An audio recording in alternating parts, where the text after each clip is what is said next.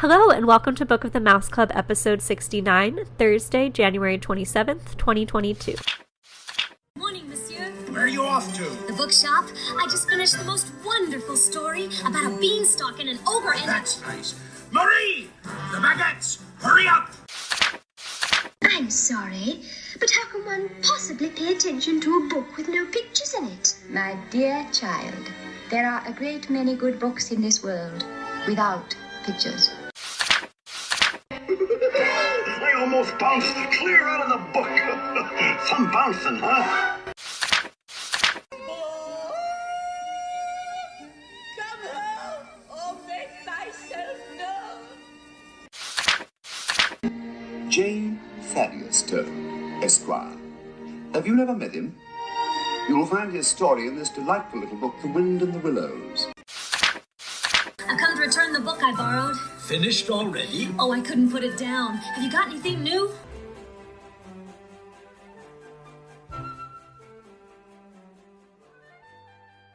Welcome back. I'm your host, Courtney, and I'm joined, as always, by the little John to my blue, my lovely co-host, Emily. Hello, listeners. Hello, Courtney. And today we're going to round out the Phil Harris trio with our very own Thomas O'Malley, One Cool Cat author, Matthew Hodge. Yes, Matthew is a college professor, award-winning author, and award-winning composer who has worked with Grammy, Emmy, and Tony winners from around the country. Composing credits include international television, award-winning films, celebrity events, award-winning video game prototypes, and professional theater. We are so pleased to have him join us today to discuss his book, Cool Cats and a Hot Mouse, A History of Jazz and Disney. Welcome, Matthew. Hi, thank you so much for having me. I'm excited. We were really excited to talk to you about your book, but we got to pull back the curtain a little bit. We love that you're just as much of a Disney fan as we are. One of my favorite parts of your book was right off the bat in the introduction. You talk about It's a Small World, and that was the first thing you learned, how to play on the piano, very quickly followed by Beauty and the Beast. So Disney music and films have clearly been part of your life since the beginning. Tell us more about your love of Disney. How did you find that? Yeah, Disney has always been kind of in my DNA. Florida was a big spot for my family to go to vacations, and we would go to areas that were very near Disney. So as a young kid, we were at Disney a lot, and then my sister worked there, which I loved. So I got to go visit her a ton. Disney World and Disney movies were it just felt very much a natural part of my life. And as a kid, as I really got into music, and especially how music tells a story, which is why I got into music and theater and film, because that's my favorite part of music. What story are we telling here? And so Disney movies are a great way to introduce children to that. So it really gets me thinking as a young kid, how do I tell a story, and how do I do it through music, and how does that make me feel emotionally, and all of those things. And it made me really respect Disney, and especially, I got to grow up during the Renaissance era, which is the golden age of Disney using music at the most heightened, mature, amazing, interesting way imaginable, because they're writing it like Broadway musicals. And so I got to come in at a time that Disney was raising children on these ideas that music can be fundamental to storytelling and can be beautiful and mature. And even as an adult, some of the most gorgeous instrumental scores and songs that are sung are from Disney films. Something that I also liked is you talk about using Disney songs with your students, learning composition, talking about jazz. Is there a favorite song that a lot of students of yours really gravitate towards in your lessons? I get a lot of Disney Renaissance things. So in my music theory class, I learned that if I do a lot of movie songs and Disney songs when I'm showing a different kind of technique or an idea I'm trying to teach, it just makes it more fun and you can hear it. But it does. I've noticed that the Renaissance songs are the ones that, people know most and can easily recognize. So a lot of Little Mermaid and Beauty and the Beast and Aladdin and Lion King and Hercules and Mulan and all the classic Disney Renaissance. That's awesome. Not that anyone listens to our podcast that's going to be a Disney music hater, but to people out there Disney music's just for kids. No, it is being used in music theory classes across the country. Matthew Hodge just proved that it is great music no matter what age. Yes, I still say, people make fun of me as a grown man when I say this.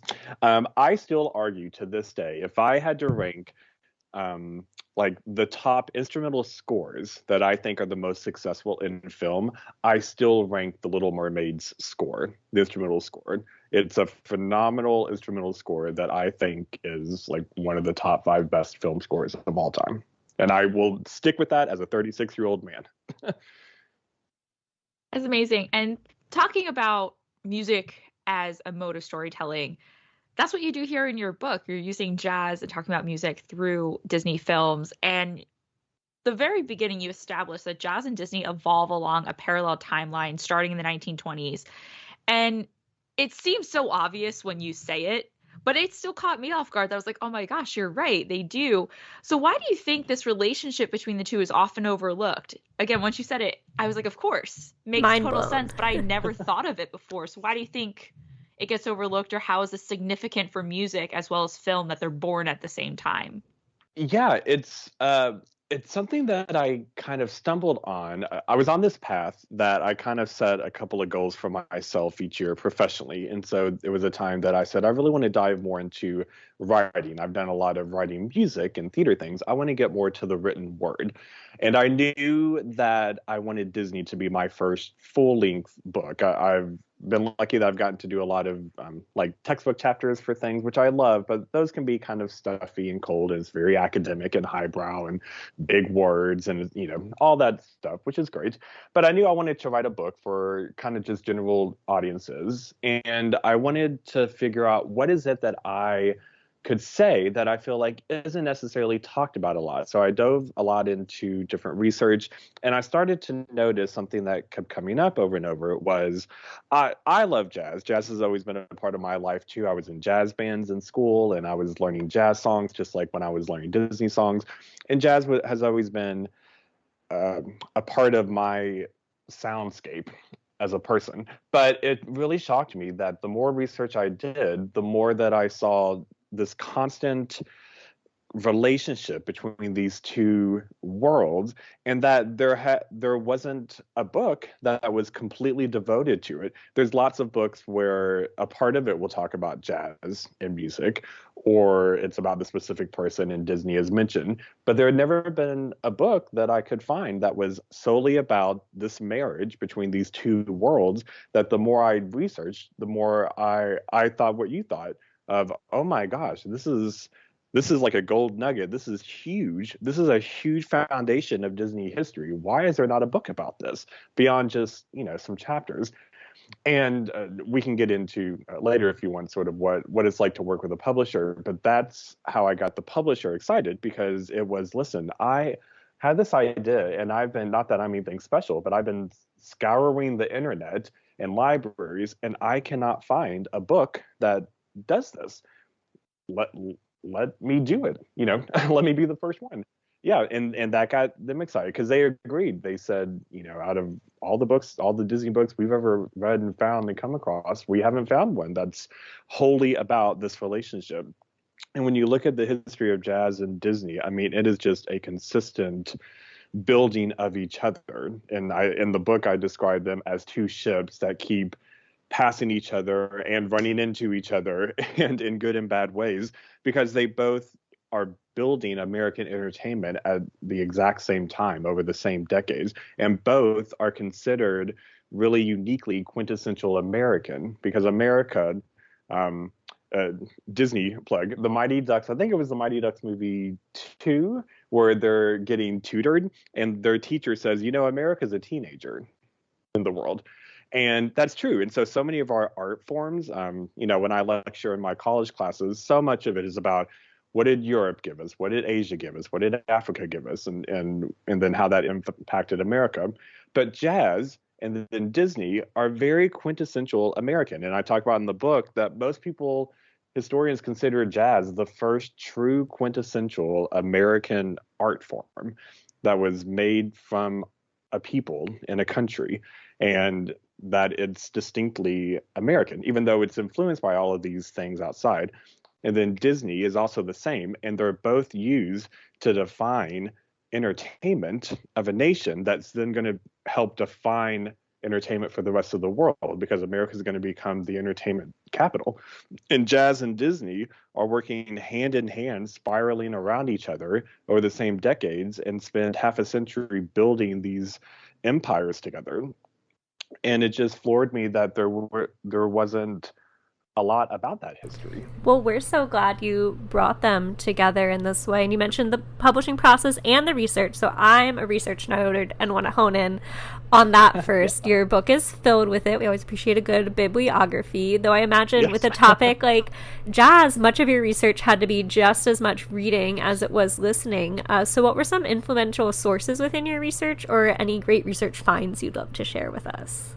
Yeah, I'm the same. I love research. I mean, all through my 3 degrees and being a college professor, no one loves a good old MLA paper with bibliography more than me. But I knew from the get-go I wanted to approach this book differently, and the publisher made it very, very clear of what they wanted and what they didn't want. Right? We want this book to be for general audiences, what we'll call the nickname in the industry a lot is "quote unquote" a beach read. Right? It's not meant to be a textbook that you're going to get a quiz over. It's not meant to sound super smart and you have to know big words to understand it. It's something that anyone can pick up and read and be entertained and educated. And so to approach the research, I knew that a lot of these stories, even though a lot of it is about people that aren't with us anymore, the notion of I want to tell stories, and if I'm using this Disney thing as a filter into a person's life, I want to talk to them. I want to talk about them like they're a human. I want to make sure research I'm doing is from people that knew them. They were their friends, they were their partners, they were people that worked with them, or they were historians that worked closely with them, or a lot of history. I didn't want it to just all be, excuse me, like sort of cold facts, 6 degrees of separation, right? The way that we see things like Wikipedia and textbooks and things like that too. So it was really important to me to find research that was credible, because, as research in the day of internet, there can be a lot of fake things. There can be a lot of things that it looks legitimate, it looks like a fact, but it's actually just someone's opinion. And so I tried really hard to make sure that everything I wrote in the book, before I wrote it, I found at least like 3 to 4 different sources that would validate it, that yes, this person said this, or yes, this was said about this person, or yes, this fact is real. But that dictated my research. It was different than how I would research the chapters that I write for textbook kind of things. I really wanted to find stories and get to the heart of the people. I didn't want it to just read like a Wikipedia book. Here's a bunch of facts. Did you know this about this person? I wanted it to be, here's humans, because we often talk about historical figures as if they're statues and they're ideas and they're these thoughts that are sort of unreachable, and they become kind of plastic to us through textbook filters. So I wanted to show these are real people, and most of them loved their relationships that they had with the Disney things they did. And there were some great stories to navigate. I didn't know what kind of book I was going to write. I didn't know when I did the research if I was going to find that, oh, all these people secretly hated Disney, or, oh, these were horrible experiences. I had no idea where it was going to lead me. I was like, this could be a downer book. This could be a scandalous book. This could be an anti-Disney book. I had no idea where the road would lead me. And luckily, it turned into, even though there was some controversy in it, and in a time in history where there's a lot of negative things happening in the industry, and Disney, does have a sketchy history with some parts of that. At the end of the day, it's a man, Walt Disney. It's a company with a vision. It's a human artist that believes in something. And for most of the stories, they really admired and respected and loved what they were doing. And for a lot of the artists that how I write about in the book, for a lot of them, it wasn't their most famous thing they ever did or what they won their Grammy Awards for, but it was something that they just personally loved. It was something that fulfilled them as an artist and just as a human with a heart. Yeah, like I was so surprised to see Duke Ellington did a Disney album. Like, what? Yeah. Who knew? Yeah. and recorded the music without wanting to see the movie. I only knew because I happened to find that record at a record store here in Orlando. You know, you're going through, it was one of those that even had like unorganized boxes, so you just literally never knew like what vinyl you were going to find in there. So I did not know until I found it. It was like, I'm sorry, Duke Ellington, Mary Poppins, what is this? So I had to buy it. Yeah. There's so many things about these people's lives that I had no idea about, things that they went through, and even some of the Disney things they did. You know, a lot. Some of the chapters are over famous things that, oh yeah, I know that song, or I've heard that name. But a lot of the stuff I didn't really know, or how deep the well went. So, talking about your writing, what's interesting is you have written so many things. You said this was your first full-length book. So I want to ask, like, how do you like to write, or how did you? Like, me as a writer in college, I had snacks, I had my headphones, and I needed to actually be in a busy place. I loved the library. I couldn't, like, be isolated. I needed that busyness. But what are you like as a writer? And then did that look different from when you have written more academic textbooks or stuff for your classes versus this book? Also, was there jazz music playing? Yes, of course. Is there jazz? Yeah, I'm someone that so because I'm such a music person and my brain just can never shut off music. I have to have sound. I need sort of busyness of sound because if I just have complete silence, my brain starts to just go into haywire. But I typically don't play music because my brain automatically starts to think about it and analyze it and sing along. And it's hard for me to ignore music because my life is music. So I often have TV or movies playing on very softly in the background to give me sound. But then the way I write, whether it's academic or, you know, a style like this kind of book, the first thing that I tell young writers. I've been blessed. I've gotten to talk to some young up and coming writers about what is it like to just start a writing journey. Because I started it late. My first thing I didn't publish until I was 32, I think, and so I'm 36. So I really started late, and then I've been catching up, and then it kind of exponentially. And now in 4 years, I've done like a dozen publications. But I learned early on, you have to write about something that you actually care about, that you actually find interesting. Because in the beginning, I made the mistake of, what should I write about? What should I be writing about? Or what would people like to read from me? Or what would impress people? Or what would my bosses like me to publish? And I quickly found that that was a horrible avenue because it's kind of like marketing. You know, if you go into marketing, the advice they give you is if you want to create a product, you don't want to try to just figure out what does everyone in the world need. It's what's something that a specific niche of people would like that you have a passion for, and it's better to go deep into one smaller specific thing than to a big broad thing. And so I quickly learned if I choose something I really like, no matter what it is, even if I'm a little embarrassed to say it, right? Like I'm a grown man and I love Disney, or I'm a grown man and I love comic books, and then you will always write faster, better, smarter, and with more passion. And then there will be an audience for it. So, out of the last 4 years, out of all the publications I've written, everything is about something that I find interesting. So I've written things about theater and Broadway and Disney and comic books and superheroes and fairy tales and a bunch of and things that I just find interesting. And I would have never gotten successful with it if I had just focused on what am I supposed to be doing, because you just write what you know, and what you know is what you love. I mean, that's why you want to be a writer, is because you were probably a reader. What did you read? It's things that inspired you. What inspires you? Things that make you feel alive, things that bring a gleefulness, a joy to you, right? So it's kind of like, if what you're writing about is not something you love geeking out with your friends about, that you can't hang out with people on Saturday and geek out about and talk about for an hour with a 5-year-old gleeful smile, then you probably shouldn't write about it. because you won't write with passion. I think that's wonderful advice. And I'm finally thinking about, well, what would I want to write about? So you have the writing part. Now let's pull back the curtain a little more into the publishing process. I think it's great that you have experience, especially with a multitude of different publishers. So what was that like for you? Yeah, publishers are tricky. So far I think I've worked with 6 or 7 different publishing companies, big and small.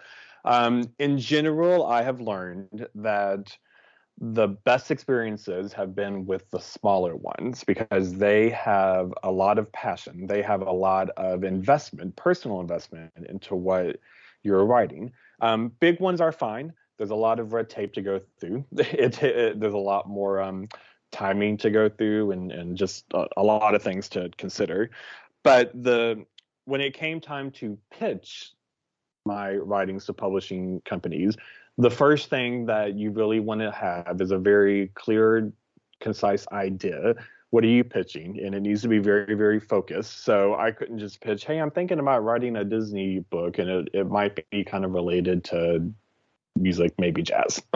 Like it's got to be what's very focused, very specific, why you're writing it. And there needs to be an important reason why. And then how can you be fresh in a market that there's a million books of, right? So Lord knows that I am not the first one to write a Disney book. If you go to Barnes and Noble and Google Disney, I mean, hundreds and hundreds and hundreds of books are going to come up, and a lot of books about Disney music. But when I approached the publisher and said, okay, I know there's tons of books about jazz, there's tons of books about Disney, there's tons of books about Disney music, but yet there's not this. And this is why this is important. And that's how you get them excited. The book I just released last month is the same way. I can talk about that at the end of the podcast, but it was the same notion of, it was an idea of, oh, I haven't found a book about this, even though the umbrella topic is super famous and popular, because that's what gets publishers excited, because then it starts the ball. And then you do book outlines, chapter outlines. They want to see kind of what your game plan is. But from the get-go, the best relationship with a publisher is what you want to do with the book, why you're writing it, why it's unique somehow in a sea of tons of stuff. And then sort of your approach, and then who is the audience, right? Is this meant to be a scholarly textbook that's read in college class, or is this meant to be a book that you pick up for fun on the weekend to read? If you can navigate that, then publishers are really happy to work with you. If you struggle doing that, then publishers don't love working with you. Well, it's great that you've had some publishers happy to work with you. Otherwise, we would not have cool cats and a hot mouse. Let's get into that book. And I really like how you started the book. First, I want to admire, as a jazz novice myself, I love that you opened the book with terminology. The teacher in me was very happy for some definitions and vocab. And also, it surprised me actually how much maybe of a novice of jazz I'm not. I never thought of swing music as being a form of jazz, jazz being a much broader umbrella than I realized. So that made me really excited. But then when you started the book, right away on page 2, I want to read this quote. You talk about 3 concepts. Quote, first, several unique musical sounds exist under the broad jazz umbrella term. Second, jazz is just as much globally relevant today as it was a century ago. And third, jazz and Disney have a vast history and predictably a long future, end quote. So can you tell us more about how these 3 concepts really shaped the progression of your book? Yeah, I spent a lot of time on chapter 1 because I knew it was important for me to get out a couple of really fundamental, big sort of philosophies and ideas before then the rest of the book downsizes to bite-sized chunk chapters about specific Disney property, specific musician. And so chapter 1, there was a lot of things, and it's the one I spent the most time on. It's the one that I let other people read and go, am I doing this right? Am I wording this correctly? Because I had to do a couple of things. I had to first set up, why is this book important and fun, and why am I writing it? Like you said, to set up a bunch of different definitions, but for it to not come off like a dictionary, But the notion of jazz is a big word that means different things to different people. And even some of the words that I talk about in there, like, for example, I talk about barbershop. So many people would not go, you mean four white men singing barbershop quartet, that's jazz? Right. The Well, Dapper Dans on Main Street are jazz. right? Well, it depends on what we're talking about. So, chapter 1, I tried to set up briefly, but intelligently planting seeds of this is all the different branches of this jazz tree that we're going to talk about in this book. Here's why. It's sort of like I lay out a case in the courtroom. Here's why I think this branch belongs to this tree.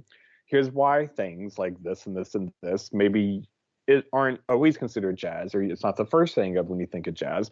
But when we look at the history or what it represents or what is connected to or what the elements of it is, then you can make a case for it.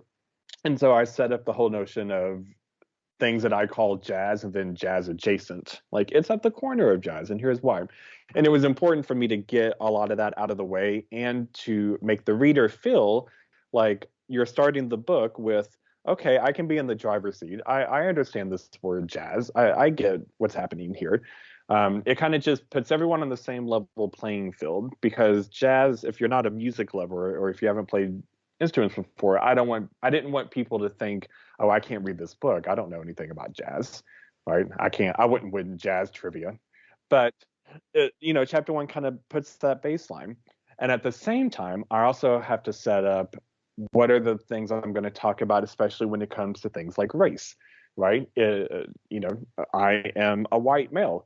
And I knew going into, I'm going to be writing a book where there is no way I can talk about the history of jazz as a music, as a cultural movement, and not dive into racism. It would be ridiculous if I did it and I was too scared to do that. But I also knew I needed to be sensitive and figure out, well, how do I do that? Because I didn't want it to just become a book about racism, but also racism has to be a component. So I also used chapter 1 to set up, here's at the times where I'm going to address race issues. Here's when I'm not going to. Here's the terminology I'm going to use to kind of educate and show the audience where I'm coming from, so you can all be with me. So then we can dive in to the stuff, because some chapters are fun, some are serious. But I knew chapter 1 had to do a lot of things. And then at the end, my favorite part of the whole book is actually the very end of chapter 1, because I make my closing arguments and I basically give a little statement about, at the end of the day, if I had to wrap up 100 years of jazz and 100 years of Disney and wrap up the whole book in these little bite-sized things, this is what it is. Jazz is this. Jazz is looking at the history of our people in our nation, our country, through the eyes of war, through the eyes of religion, through the eyes of controversy, through our biggest sins, our biggest successes. This is what Disney means at the heart, with the stories and the philosophies and the movements they try to represent and put in people. And at the end of it, I say that ultimately, jazz represents the soul of America and Disney represents the heart of America. And if we can start the conversation there, then the rest of the book can be a fun ride. I loved that thesis, and it was such a fun ride with great examples throughout. One that I particularly enjoyed was the silly symphonies and the package films, because I feel like they don't get a lot of attention outside of maybe professional animation historians, but now some of these are more accessible and available to the masses on Disney Plus. So for new audiences maybe approaching these, I'd love to know, what do you want them to look for or even listen for in these silly symphonies and package films, and maybe a little grounding in why they were so important to both Disney and jazz? Yeah, the silly symphonies are a really interesting conversation. We talk about them in my classes. A lot of people, when we think about Disney starting to build the empire of animation and animation movies, we often go to Snow White, because Snow White was the first big feature and it was a huge success. And, that is the cement that we're going to start to build the House of Disney on, which is sort of true, but not really, because we have to look at the whole decade that led up to Snow White. Snow White would never have happened if it hadn't been for Silly Symphonies, because Silly Symphonies is where Disney, after he had to restart his company, start again from scratch because Oswald the Rabbit got stolen from him, to rebuild this company and for him and his artists to revolutionize so many things of what is animation, and specifically how to make music part of animation. The Silly Symphonies are music driven. And so they set up right off the bat of the rise of how Disney's going to approach storytelling through animation. What techniques can we have, but also how music is a huge portion of that, which is also why it's not a shock that jazz music is going to be a big vein throughout the Silly Symphonies, because it's the 30s, it's the late 20s and 30s, and this is where jazz is at an all-time high in America. But the Silly Symphonies, they're each their own little island, and some are very successful in the eyes of 2022, some are not, some are okay. And so I think in the book I talk about 3 specific ones, and they kind of represent different levels of that. The one that is fantastic is dealing with Musicland. Musicland was so important. It's my favorite Silly Symphony. It's one of the most important things that Disney did, because Musicland, like, if you haven't seen it, you can watch it on YouTube, but really briefly, it's an island, 2 islands, and they're at war with each other. And it's the jazz island, and it's the classical music island. And all the characters are musical instruments come to life.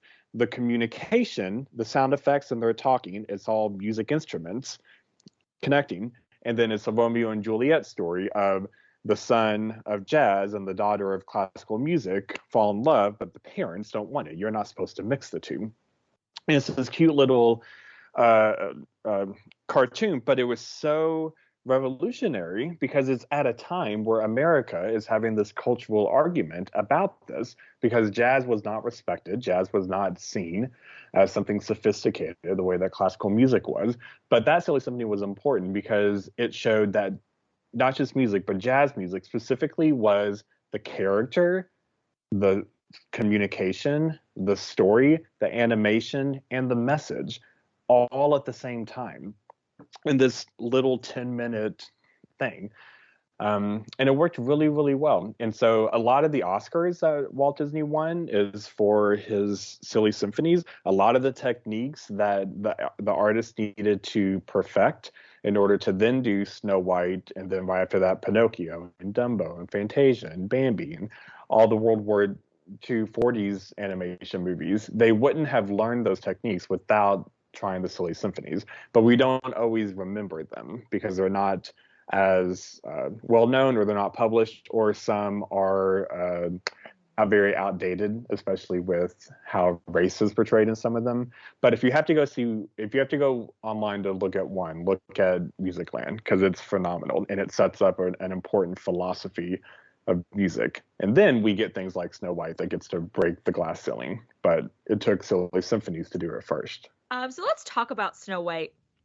Those earliest Disney films have songs that you identify in the book as standards in jazz, but when you actually watch the film, like Snow White, I don't hear jazz.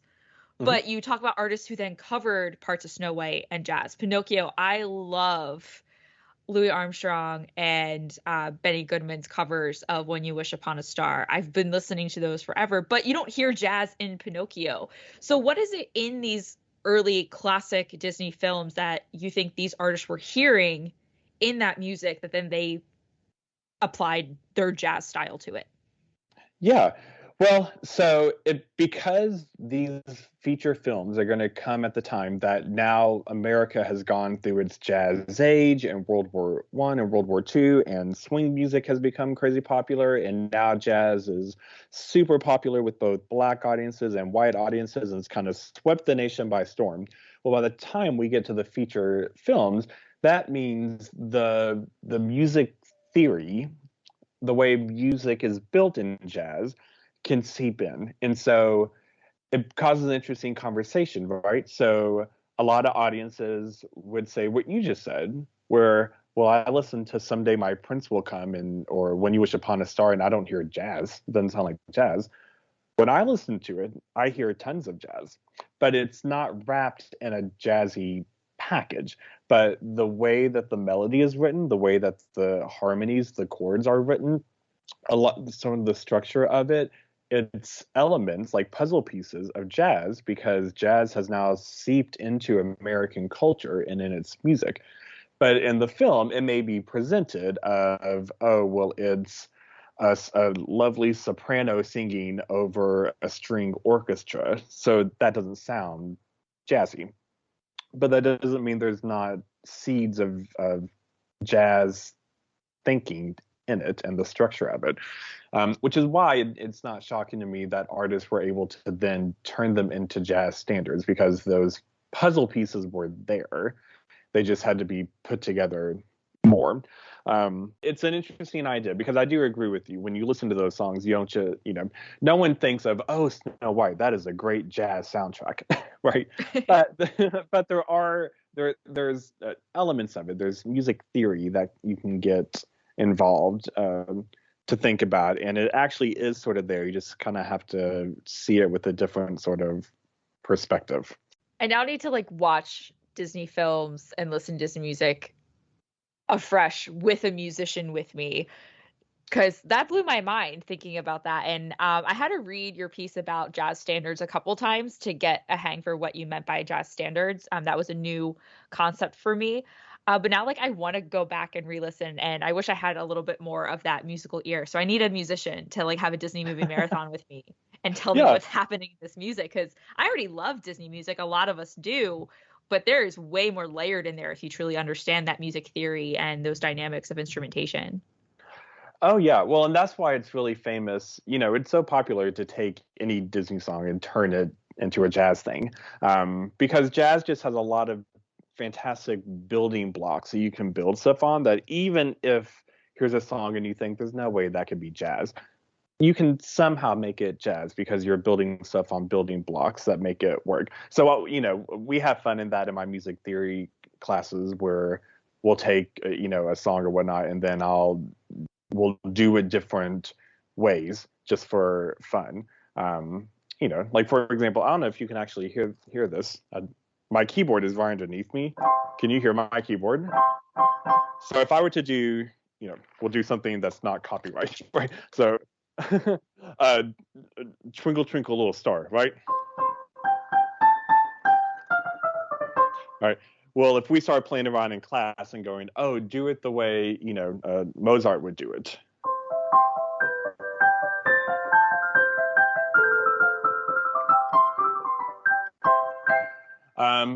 If you do it like tango. All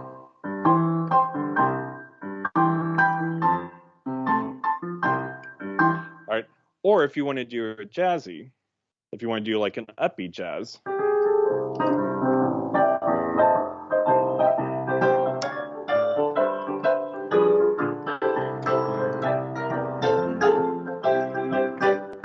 right. Or a jazzy ballad.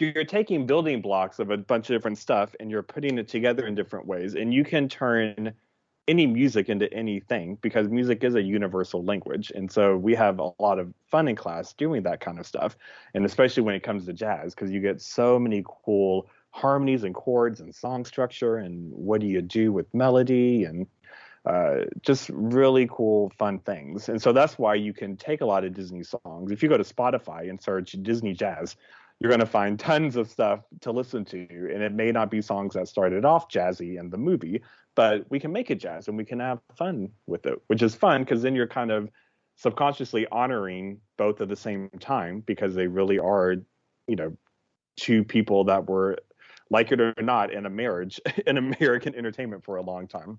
Yeah, I'd love to talk about another period in that marriage. In the 60s and 70s, we see a prevalence of jazz in Disney films with tunes like Cruella de Vil and songs featured in what we just jokingly called the Phil Harris trio we alerted to in our intro, the I Want to Be Like You from The Jungle Book, the Phony King of England from Robin Hood, and Everybody Wants to Be a Cat from The Aristocats. So we've established that Disney and jazz are evolving along parallel lines. So how do you see jazz and Disney in this time period?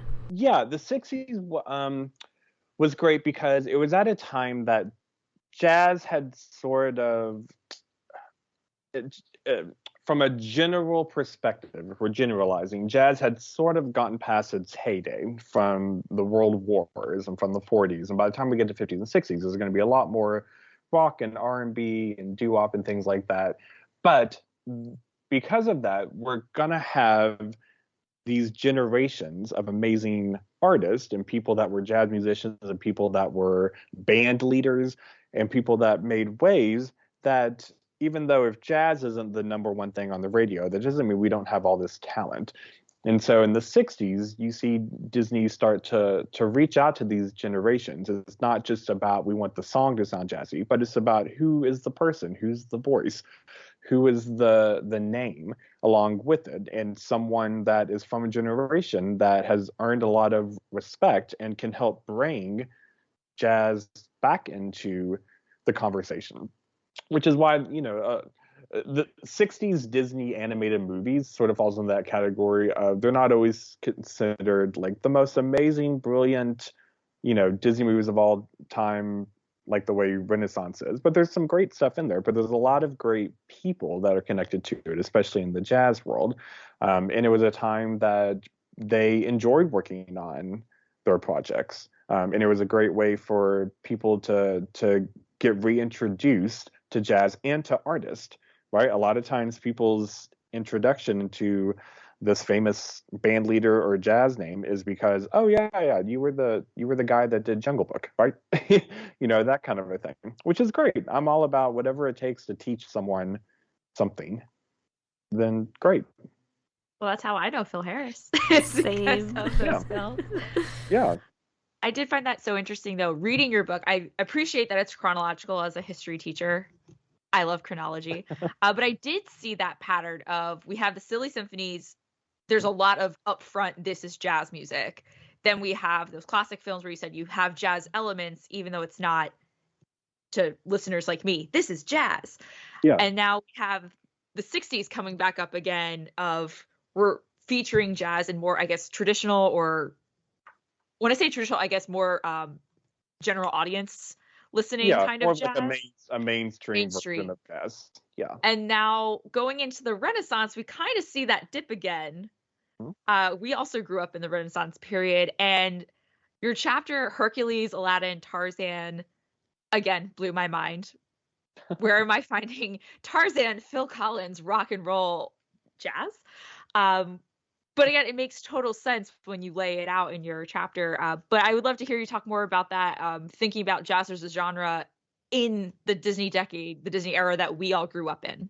Yeah, so the Renaissance was a great chance to start to pay homage to eras beforehand. And Renaissance, Disney finally started to approach their movies as, we don't just want movies with songs, but we want to approach them as a Broadway musical, which is a different kind of way of writing versus some of the older anime features where they were movies that, had a couple of songs plucked into it. And so they started to bring Broadway composers on board. And in Broadway, it's very common to mix a lot of different sort of styles of music, right? So in Broadway, it's really easy to find things of, oh, that's the ballad song. Oh, that's the jazzy number. Oh, that's the rock pop song. And so Renaissance, we get to see movies that aren't necessarily, like you said, like, oh, this is so overtly jazz, but there's a lot of history. Because again, if now we're at, the late 80s and 90s, and we are getting ready to turn into a new century of American entertainment, well, that backbone is built on a lot of history that came before it. And we have to think a century before, at the turn into the 20th century, what music was leading that? And that was the births of jazz. And so the Renaissance is a great chance to pay homage to different people and different styles that come before us, which is why some of the greatest Disney music is often attributed to being in the Renaissance era, because the songwriters were very smart in trying to be intelligent and trying to have the songs say something with not just what the lyrics are, but how are the songs written? What do they sound like? And so there's a lot of history. And if we're going to pay homage to a lot of things that came before us, well, jazz is part of American DNA because it seeps into culture and seeps into music, even if we don't think it is. There's a lot of stuff on the radio that sounds nothing like jazz, but it has a lot of stuff in jazz's history to thank for in order for it to become that. So yeah, I mean, you don't think Aladdin, Robin Williams, he's a famous jazz singer, all right? But the whole reason the way Genie was written was to pay homage to band leaders and to Cab Calloway and these different kind of things, and that's why they created the personality and the look and the songs the way it was. Yeah, no one thinks, oh, Trash in the Can, that's an amazing jazz song from Tarzan. But it kind of is, even though Phil Collins is rock, it's the first Disney song to ever be fully skid-scotting, which is a jazz thing. That's a completely historical thing in jazz. And you have things like Hercules, where we're going to celebrate gospel music. We're going to leave Broadway musicals kind of a style. We're going to go into gospel. Well, in chapter 1, that's why I talk about gospel is very connected to jazz. It depends on what kind of gospel and who it is and what it is. And that's why there's a lot of famous artists that lived in this purgatory world between jazz music, blues, gospel, because it was connected to religion a lot. And so it's just different ways of paying homage to things that happened before us musically. And if jazz is going to be one of our American cornerstones of a nation's soundtrack, well, then of course that's going to constantly seep in obvious ways and secretive ways and interesting ways, subconscious ways into Disney, which tries to mimic music that the culture wants. Yeah, speaking of integrating things in there, Emily and I have to selfishly hone in and geek out about two things around this time period of the 80s and early 90s that got attention in the book. For me, we have to talk about Hocus Pocus, and I put a spell on you in chapter 21 because listeners of this show will know that is one of my all-time favorite movies, like top 5 films, not just holidays. So I was delighted to see that make an appearance. And Emily is a fan of the Disney cult classic. Well, I am as well, but Emily is the deeper fan. Who Framed Roger Rabbit? Emily, did you want to wax poetic on that for a moment? So I really loved your segment there. That chapter was a surprise. I keep saying there were lots of surprises for me in this book. I learned so much. This was such a great start to the new year because it's all this new learning. Oh, thank you. But that was a cool chapter of pulling in some of those things that you talked about in the 80s and 90s. Other than the Renaissance, the 80s especially, it's really not about jazz. There's that emphasis on rock. But we get jazz in Who Framed Roger Rabbit, Jessica Rabbit singing Why Don't You Do Right, which is such an iconic scene in the film, and where you get introduced to Jessica Rabbit.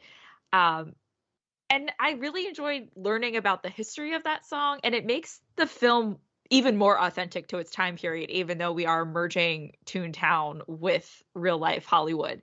But the fact that it was written in the 30s and then it's taken over by Peggy Lee makes it famous in the 40s. So the fact that that song is from the time period would have been popular, how it was sung, how it's presented with a band and a speakeasy, it makes so much sense to me. And it also, getting a chance to read the lyrics, you always know a song, but once you actually take a second to read the lyrics like a poem, you kind of pick up a lot more on it. So getting to read the lyrics and how that connects to Eddie Valiant, how he is not good with money either, and this song is what's being sung to him. I loved it. It was great. So even though it's a short 2 pages in the book, I geeked out. I loved it. Oh, good. Yeah, that was another fun chapter of sort of this idea of I'm going to present something and I'm going to make the case for it. And especially with these quote unquote jazz adjacent branches, because I wanted to do that Initially, I was only going to focus the book on very obvious black and white jazz stuff. But then, the way that I enjoy teaching class is I enjoy connecting a lot of the dots, because to me, it's all connected. We're a lot of dominoes that affect each other. So when it comes to jazz, there's a lot of stuff in Disney where no one thinks about this song as a famous jazz song, but the history of it, or what it does, or the genre it represents, or the artist doing it, there is a history in jazz. Basically the whole point of the book is that jazz is so much more of a basement on a house that we have built that we never even recognize is under there, because it just influences so much. So chapters, like that, like with the Renaissance chapter, and then that one with I think I call it like recycled tunes, the notion of, I'm going to name some songs and some films that you probably didn't think I would mention in this book, but here's why, and then I'm going to make the case for it. And sometimes it's a paragraph, sometimes it's a couple of pages, but here's why. This still belongs on this tree, even though it's a branch, not the trunk. But here's why. And it's my job to hopefully convince you. So then when you start it, you go, what? Why is this song in here? And then by the end of it, you go, oh, yeah, okay, I can see that. And I'm just kind of making the case, because I want to show, to me, the branches are just as important as the trunk of the tree, because the point is to show how much influence this movement, these people that built jazz, because it just further validates how it is steeped into our nation in such a tangible and remarkable way. Courtney, before I move forward to talking about the parks, anything you want to tell us about Hocus Pocus? I was excited just to go deeper. I knew about the Screamin' Jay Hawkins history there, but really just any mention of Hocus Pocus gets me excited. So. Okay, so I got to ask you this. Yeah. Did you watch last year the reunion that Bette Midler did as like the fundraiser? I did. What did you think about that Hocus Pocus? We were in quarantine or whatever. I was just happy to see people come back. It was interestingly done, via Zoom, and definitely an unofficial Disney production. I was shook by the random Glenn Close, Cruella DeVille cameo in the middle of it. I had a good time watching. I mean, was it something, I don't think you can revisit it, but would I revisit it? It's not gonna be like a seminal classic return for me, but I was happy to support her cause. Yeah, me too. I'm very excited for the sequel. I'm cautiously optimistic about the sequel. Yeah, I watched that thing last year, and I was like, I have a lot of questions about the people who were in the writers' room. But I'm very, very excited that Hocus Pocus to live on, and I'm just glad it became a cult following. Me too. That's a great example of something that just bond beyond belief, I loved it.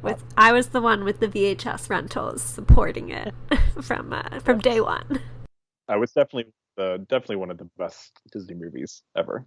So let's travel out of the movie theater and into the theme parks. I was surprised, and the whole time I was thinking, because I'm reading these books, Courtney and I, knowing that we're going to talk about it on a podcast, like I'm thinking about what are things I want to talk about, and I was like, oh, we got to talk about the parks. Where's there jazz in the parks? And then lo and behold, there's a chapter about jazz in the parks. So, not to be confused with Jazz in the Park in Washington, D.C. That's very niche, Emily. Sorry. For any local DMV listeners, you know what I'm talking about. So just to kind of open this question up to all of us, where's your favorite place to find jazz in the Disney theme parks? I love the resort, the All-Star Resort, with how they do the decorations, especially with the statue cutouts, because I like that they pay homage not just to jazz, the sound and the cute iconography, like the images, but it's real people, and it's horn players, and it's saxophone players, and I really like that because it reminds you in a very big over-the-top way that jazz started with humans making beautiful connections with these instruments they held, and they make great selfies. Yeah, but no, I really enjoyed writing that chapter. That was one of the first chapters. It wasn't one of the first chapters I wrote, but I knew very early on when I was making my notes and outlines, it was one of the first things I wrote down because I knew I wanted a chapter about Disney trying to be the king of immersion. And that's what Disney is so famous for. Not just in a movie, but we want you to feel like you can go for a day and step inside a new world and you can live and smell and taste and see and experience Disney and worlds in a way that you don't get in normal reality.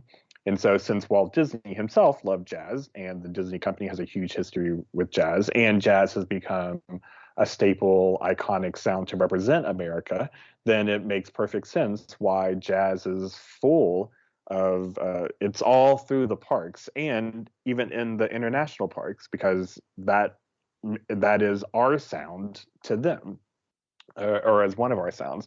So it wasn't hard to be able to find all the different examples where jazz lived because if we're going to build these theme parks built on Disney and what they love to do, well, as we saw, the foundation of Disney, so much of them building themselves through the 20s, 30s, 40s, jazz was a huge part of it. Jazz was at the front row seat. So, of course, jazz needs to be throughout the parks. Courtney, do you have a favorite place? I do. Mine is in the Jungle Cruise queue. I really enjoy the radio programs that play while you're waiting there. It's not something that I feel like I really knew until I started to get into park background music, because I'll be honest, like I was mostly rope dropping Jungle Cruise or going through with Fast Pass, so I'm not one to spend 45 minutes in that queue, but as I started accumulating different background music mixes, I really liked a lot of the covers, and even there's some Disney touches in there too. Yeah.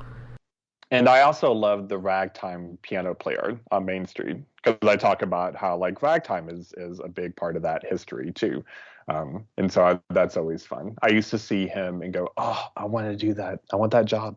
Emily, what's yours? So that's what I was going to bring up. I love the Casey Corner pianist. One of the highlights of my college program, I had on my bucket list that I wanted to do a day in the parks where I didn't ride any attractions. I just wanted to see the park from top to bottom, take in shows, parades, and like atmosphere things. And I had never like really stopped to listen to like a full set. Like you always hear him sometimes maybe walking down Main Street, but you're going somewhere. So I actually stopped and watched his whole set and I loved it. It's one of my greatest memories, I think, from my college program is taking a minute to stop and listen and watch him play. It's amazing with the mirror for his hands so you can see him playing. It's amazing. I loved it. So I liked that you mentioned those because getting to going kind of looping back to the beginning of your book, all those branches off the tree of jazz. We also have the Dapper Dans, Casey's Corner. So those things that you might not traditionally think of as mainstream jazz, they are bedrocks of jazz or branches off that jazz tree. So I like the mentions of those, as well as Carousel of Progress.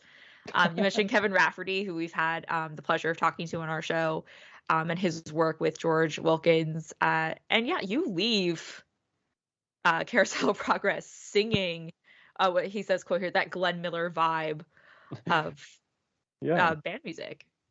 Yeah, and I also love to. I think it's the Grand Floridian that had before COVID. They had an in-house like staple jazz band. It is hard to not bump into jazz when you're going around the parks, which is great. It should be like that. So park-wise, I kind of want to get your feel on this. You talk about Epcot in this chapter, how Epcot has lots of festivals. They have past events like the World Showcase of Jazz, Collegiate Jazz Festival. That's what's great, having that live music venue particularly. But you also in a previous chapter talk about Musicana, and that is something that didn't get made. But it had to do with a lot of world influence. So do you think something along that vein, bringing that project back, could work in Epcot? You mean doing something like Musicana? Yeah. And then incorporating it into Epcot. Like bringing it into Epcot. Oh. I know it was supposed to be a film or like a Fantasia. Yeah, it was supposed to be a Fantasia-esque kind of thing, which it would have been really fascinating to have because jazz was going to be a big like staple segment in it. because I kind of put that in the bucket of, if you read the history of sort of Fantasia, both movies never reached what Disney wanted them to reach. For whatever reason. I don't know if it's because audiences didn't love the idea of a whole feature film without any kind of dialogue. It's just instrumental music. But a part of me suspect that's why music kind of fell by the wayside, because it was sort of that same kind of notion. But I think it would work well. I liked it because it had jazz front and center in a fun way, in a new way. And I think anytime Disney wants to do these compilation things where you're going to try to do a bunch of different cultures, jazz has to be a part of it, because jazz is such a quintessential American thing for us. And so, yeah, it was fun to get to write about that book, because also the same thing with the parks. There was the America Park that almost happened but didn't happen, and that had some jazz as a part of it as well. And so jazz, not only is jazz in every DNA of Disney, it's also in the invisible DNA of things that the public never saw, which shows even more of its reach. It would be interesting if they ever tried to go back to do Musicana. I agree, if they did it, either Epcot or Hollywood Studios would probably be a good spot for it. Because I could see if you're trying to do it live at the American Garden Theater, jazz being American, have it in the American Pavilion, but we're acknowledging the World Showcase, those outside influence, or those country cultural international influences as well. I think it'd be cool concert series, like how they did in Hollywood Studios, like the music of Pixar. So even if you only get like 3 songs in a set, and then they do 3 different ones later, you can come in and out every half an hour. Maybe they do 2 shows. Now we're armchair Imagineering, and I'm like, this could be a cool Circle Vision 3D film there. Like, immerse us in it. Yeah, well, because jazz is very international as well. I mean, jazz really hits home a lot in Europe. It makes a huge dent in Paris during the wars, and jazz doesn't just belong to us now. It's been a beautiful thing that we've helped put out into the world as a country. And so Epcot could do some really interesting things, because you could have something that helps show the connection between them, and how jazz has infiltrated some of those other countries, and how they've adopted into sort of their own versions of it. It can be a beautiful way to see that, because we see so many examples where America did that, where we took something from another country and put our own stamp on it. Now we get to kind of reverse it and see, here's something that was sort of homegrown in art from the people in this country. Now, how did other people in the world put their stamp on that? Well, I think we have a great American example in The Princess and the Frog, and you end your book calling this a circle of life, because it's moving forward by looking back. So why do you see this as a fitting end to your book? Yeah, I'm kind of glad. Initially, like 2 months after the book initially came out, then Soul hit. And my initial thought was, dang it, are you kidding me? There's a whole movie about jazz music that Disney and Pixar just did, and I wrote my book like just half a year too early. But then I actually liked that I wrote it before Soul came out, because I do think Princess and the Frog was a great way to end the book, because again, like, there's a lot of, when we look at the history of Disney and jazz, there are beautiful things about it and there are problematic things about it. And Princess and the Frog was a great thing that brought together a lot of concepts in a full circle way, because it was finally bringing to the forefront people of color as the main characters, Black people. And that is obviously the culture that birthed jazz, that made jazz what it is. It's off the blood, sweat, the backbones of amazing Black artists. So we finally have a movie that's going to put Black people at the forefront in a way that is way overdue. And we're going to put it in America at a time where normally a lot of things are going to be fairy tales from, in exotic locales or European fairy tale land, forests. And we're going to do it in America, and we're going to do it in America during the early 1900s, when jazz is part of the revolutionary sound of the country. And so then we're going to do it through jazz songs, and we're going to pay homage and honor to these things. And then we were going to have a sidekick character named Lewis who's going to pay homage to one of the most famous jazz people of all time. So it's a great full circle moment of putting culture and the culture that helped brew jazz, and in New Orleans, which is like one of the cities that birthed it. It puts jazz and the culture that raised and birthed jazz in the forefront in a way that Disney hadn't really ever done before. And it was long overdue, and it was really important. And Princess and the Frog was a nice full circle of that, because it's finally, get Disney trying to do something new by going back to something old, by going back to 2D classic animation style. And so the way Disney tries to go back to something that they built their empire on, we're going to do that in a way that's going to honor the culture and the musical culture that helped birth Disney as well in their successes. And you can kind of see the two pillars of Disney and jazz as those two foundations building each other in the early 1900s to define America. Now we're going to have a Disney movie that the way they go back to something that they used to do, going back to their roots, we're going to do it by honoring music and going back to musical roots and cultural roots that really helped build this Disney empire as well. So Princess and the Frog, to me, is a really beautiful movie in that sense. I know it's problematic because some people don't love, we finally get Black characters and you turn them into frogs for 80% of the movie. But the notion of we have this and it represents something that is long overdue, and it represents a beautiful history thing, and you can really see a full circle and a lot of different senses. So to watch it through those eyes, I find Princess and the Frog really a beautiful piece of work that Disney should do and needed to do. And so I'm sad it wasn't as huge of a thing. Like, it wasn't the blockbuster that Frozen and Moana and those things were. But it's really important. Culturally, it was important for them to do. It honors a lot of things that needed to be honored, including jazz. And jazz, again, relaunched the next Disney Renaissance, the new Renaissance age of those musical films, because we came back to musicals. Yeah, exactly. And, I think I end the book with the line of it's all full circle. And so New Orleans is the place that jazz was born. And Princess and the Frog ends with Tiana saying dreams do come true in New Orleans.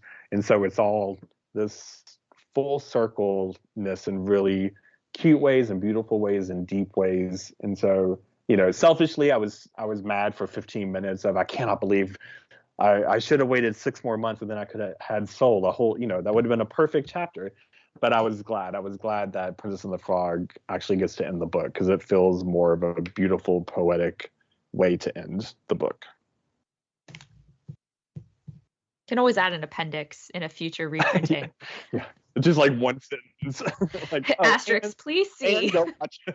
Go watch. So to wrap this conversation from your book, you've written about many pieces, many artists, watched a lot of films. We're going to ask you to choose your favorite child. Which book, so from what you mentioned in your book, which album, what would you say is a favorite for you that you definitely think our listeners should pay attention to? Oh, gosh.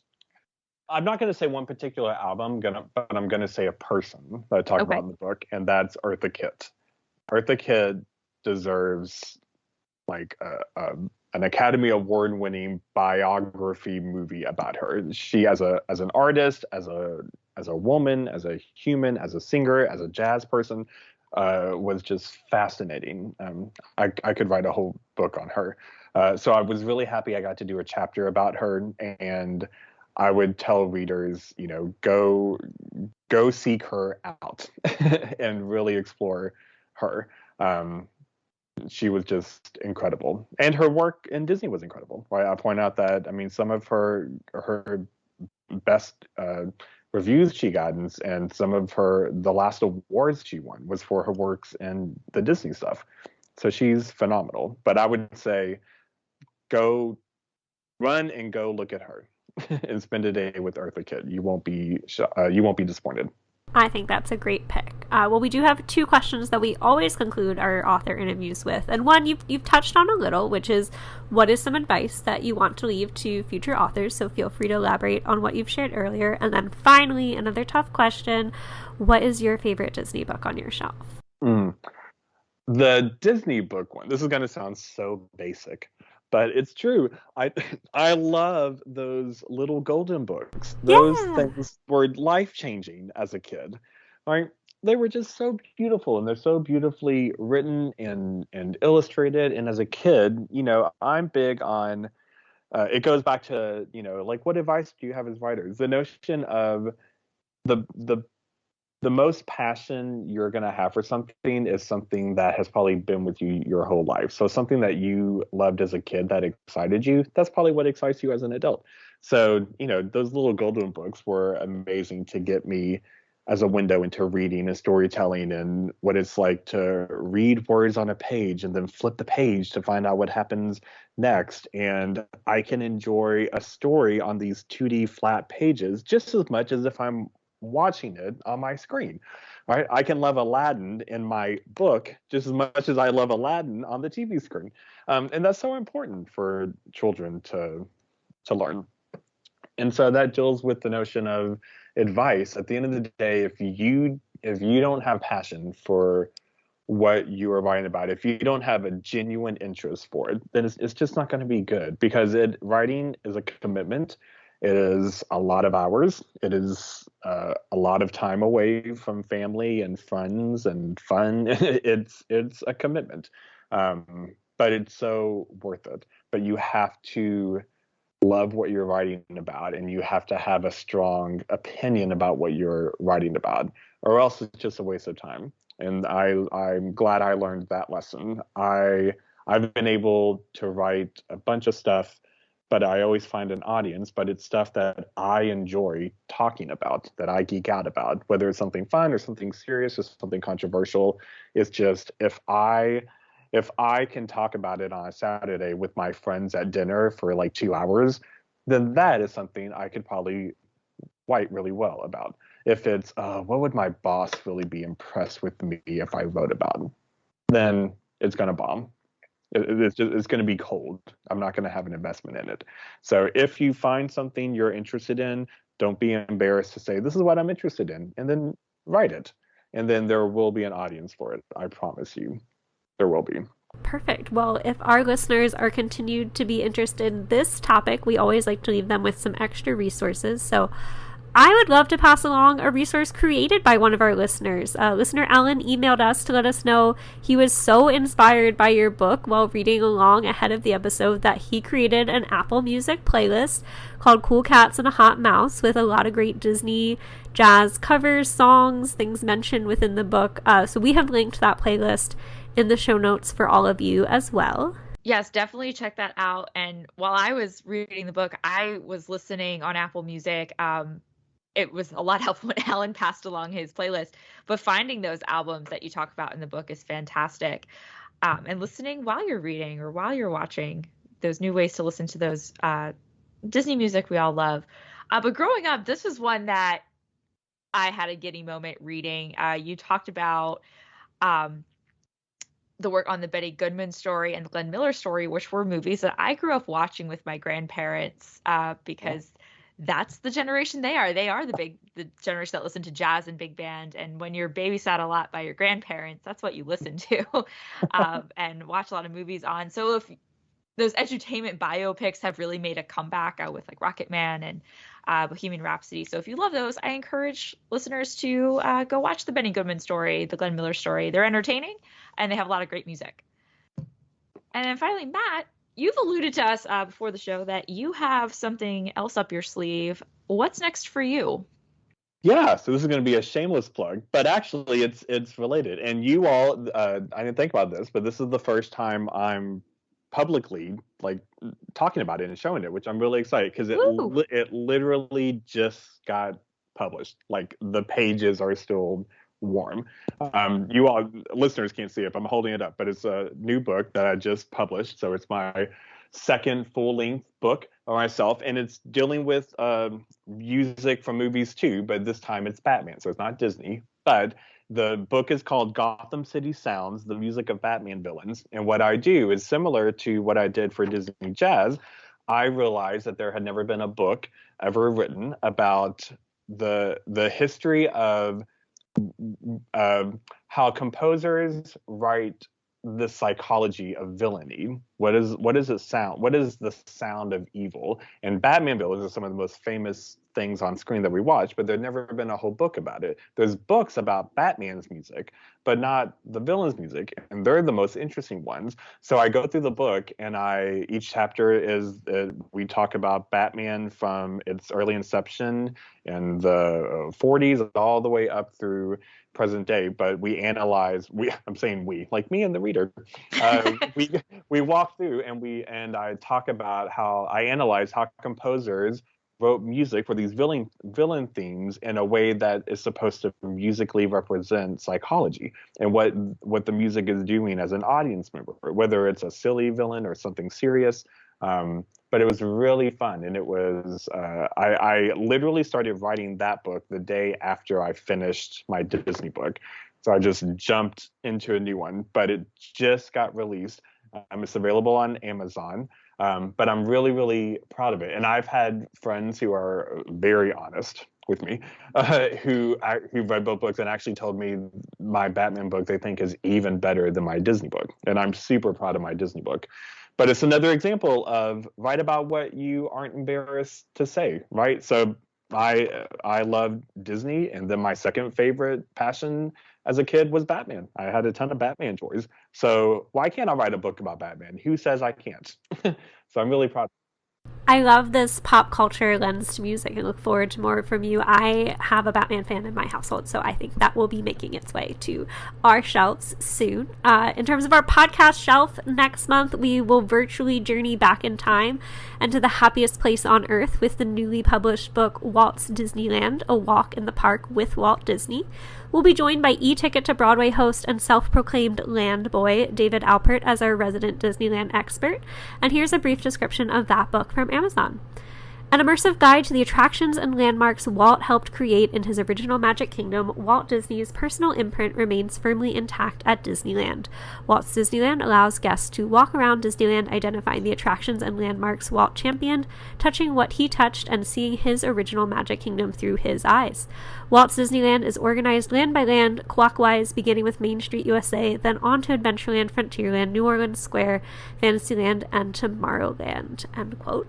And that is the way that I move around the park, so I am glad that they did it the right way. If you disagree, though, in the meantime, you can email us with comments or ideas to bookofthemouseclub@gmail.com, or keep up with us on Twitter and Instagram at Book of the Mouse. Please be sure to leave us a review on iTunes so others can find our podcast and read and listen along with us. You can keep up with me, Courtney, on Instagram at GreatGutsby, or on Twitter at Courtney_Guth. And you can keep up with me, Emily, on Instagram and Twitter at the same handle, at Emily_McD. And Matt, where can our listeners connect with you and your work, and where's the best place to buy your books? Yeah, so I'm going to plug two websites. So my personal website, matthodge.com, matthodge.com. It's the center hub that has all the links then to get all the different books and projects and things I'm working on.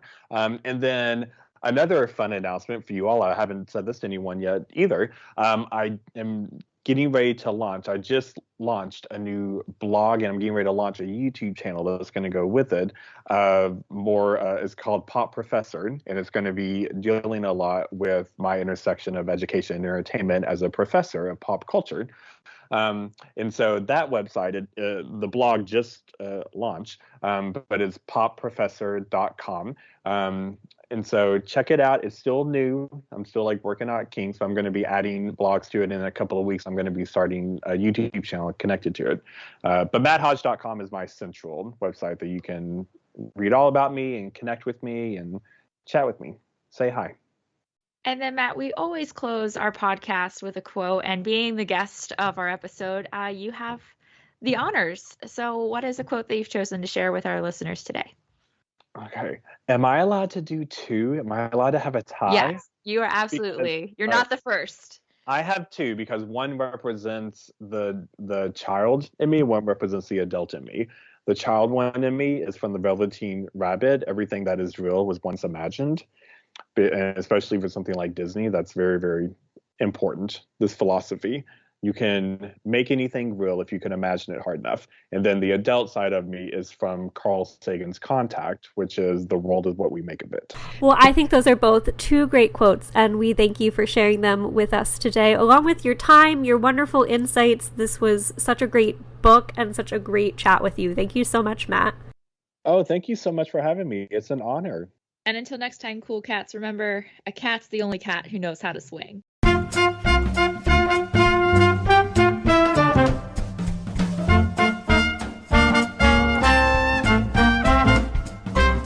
The Mouse Club has no affiliation with the Walt Disney Company. The views and opinions expressed by hosts and participants are theirs and theirs alone. They do not represent the organizations or companies they happen to work for.